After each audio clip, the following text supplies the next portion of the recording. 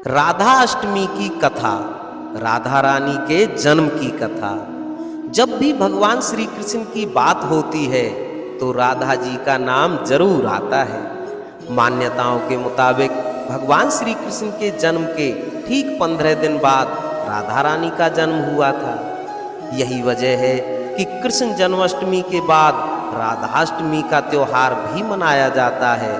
हर साल भाद्रपद माह के शुक्ल पक्ष की अष्टमी तिथि को राधाष्टमी का त्योहार मनाया जाता है।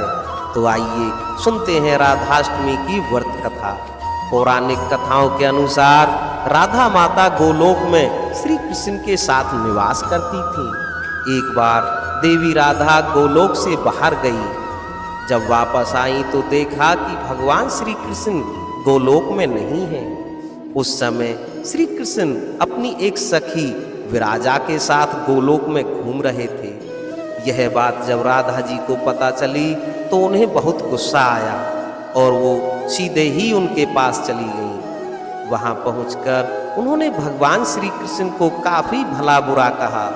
राधा जी का यह व्यवहार भगवान श्री कृष्ण के मित्र श्री दामा को बुरा लगा। उन्होंने राधा जी को पृथ्वी पर जन्म लेने का श्राप दे दिया।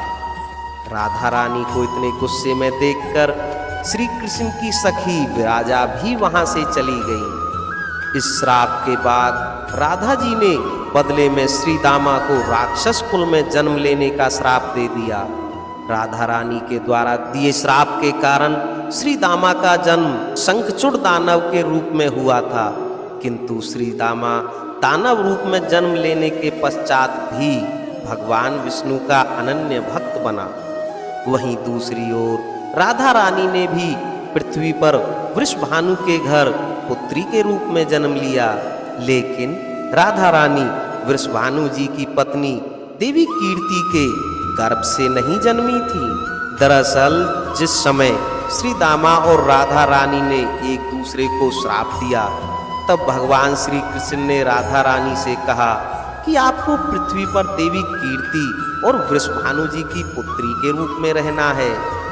इसके आगे भगवान श्री कृष्ण ने राधा रानी से कहा कि जब आप विवाह के योग्य हो जाएंगी तो आपका विवाह मनुष्य के अवतार में रायान नामक एक वैश्य से होगा। हालांकि वह भी मेरे ही अंश अवतारों में से एक होगा। आप धरती पर भी मेरी प्रियतम बनकर ही रहेंगी, परंतु हम दोनों को वहां बिछड़ने का दुख सहना होगा।